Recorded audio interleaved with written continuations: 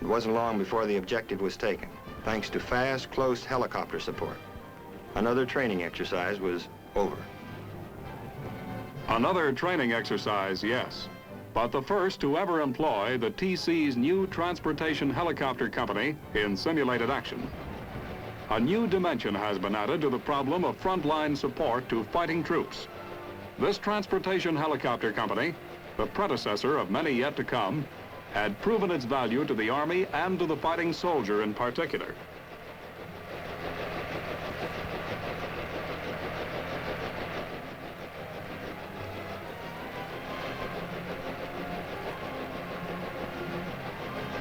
But if your transportation corps is to stay on top in this big business of supplying a worldwide army, there must be constant research and development.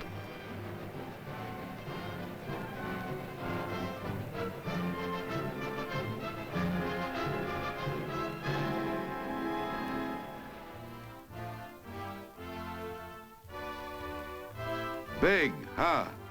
That wheel is almost 10 feet high. It is one of 4 that drive the Transportation Corps' new amphibious vehicle, the Bark, 60 tons of versatile cargo transportation, on land or in the water. I'm one of the assistant project officers from the Transportation Corps' Research and Development Station, and I've been working on the development of this vehicle since its conception.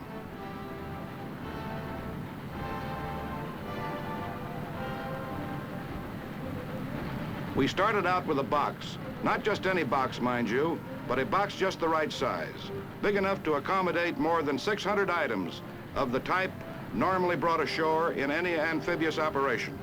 Equipment and supplies which the duck cannot carry, such as tanks, trucks, and cranes. Then we got ourselves 4 tires, the biggest we could find. And we got 4 diesel engines, one to drive each wheel, enough to apply 30 tons of turning force to each of the 4 wheels. It takes a lot to bog down this baby. Then we wrap the whole thing up in a steel shell with enough buoyancy to float 100 tons of equipment.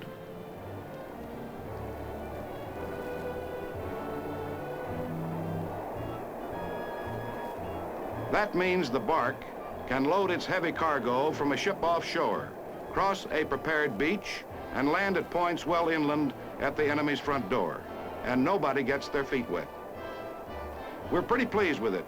Of course, all this wasn't so easy. A lot of skilled people, both military and civilian, spent a lot of time figuring out all the complex problems created by the construction of such a huge vehicle. But thanks to them, the Bark is expected to be one of the most useful pieces of equipment ever made. Here, it prepares to make a landing on Puget Sound. It is carrying a medium tank, 35 tons, and a mobile crane, 35 tons, 70 tons in all. A nice normal load for the Bark.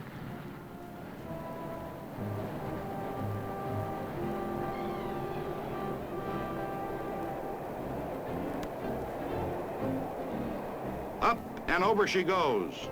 Tires are deflated, some for better traction in soft sand. Up and over inland. Look at her maneuver. Each wheel is steered separately so she can get around in tight places. From his perch in the cab, the driver picks his spot.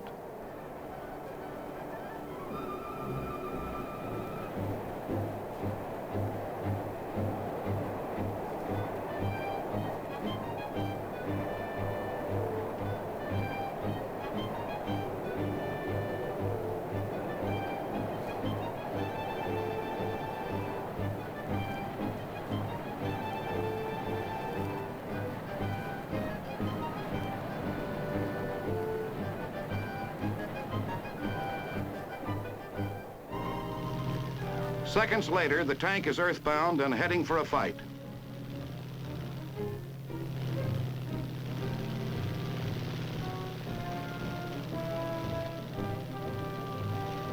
In just minutes, the 35-ton all-purpose crane is on its way, and we're in business. What a vehicle, that Bark. You bet. It's quite a vehicle. It's the most recent chapter in the story of your Army's Transportation Corps.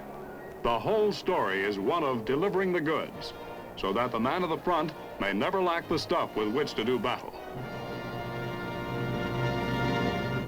That's the Transportation Corps, whose men merit the reputation for accomplishment as the Army's versatile mover of men and materiel. Wherever you find American troops today, you find the men of the TC, the Transportation Corps. Next week, we'll take you to Fort Bragg, North Carolina, to meet the troopers of the All-American Division, the 82nd Airborne. This is Captain Carl Zimmerman, inviting you to be with us then. The Big Picture is a weekly television report to the nation on the activities of the Army at home and overseas. Produced by the Signal Corps Pictorial Center. Presented by the U.S. Army in cooperation with this station. You can be an important part of the big picture. You can proudly serve with the best equipped, the best trained, the best fighting team in the world today, the United States Army.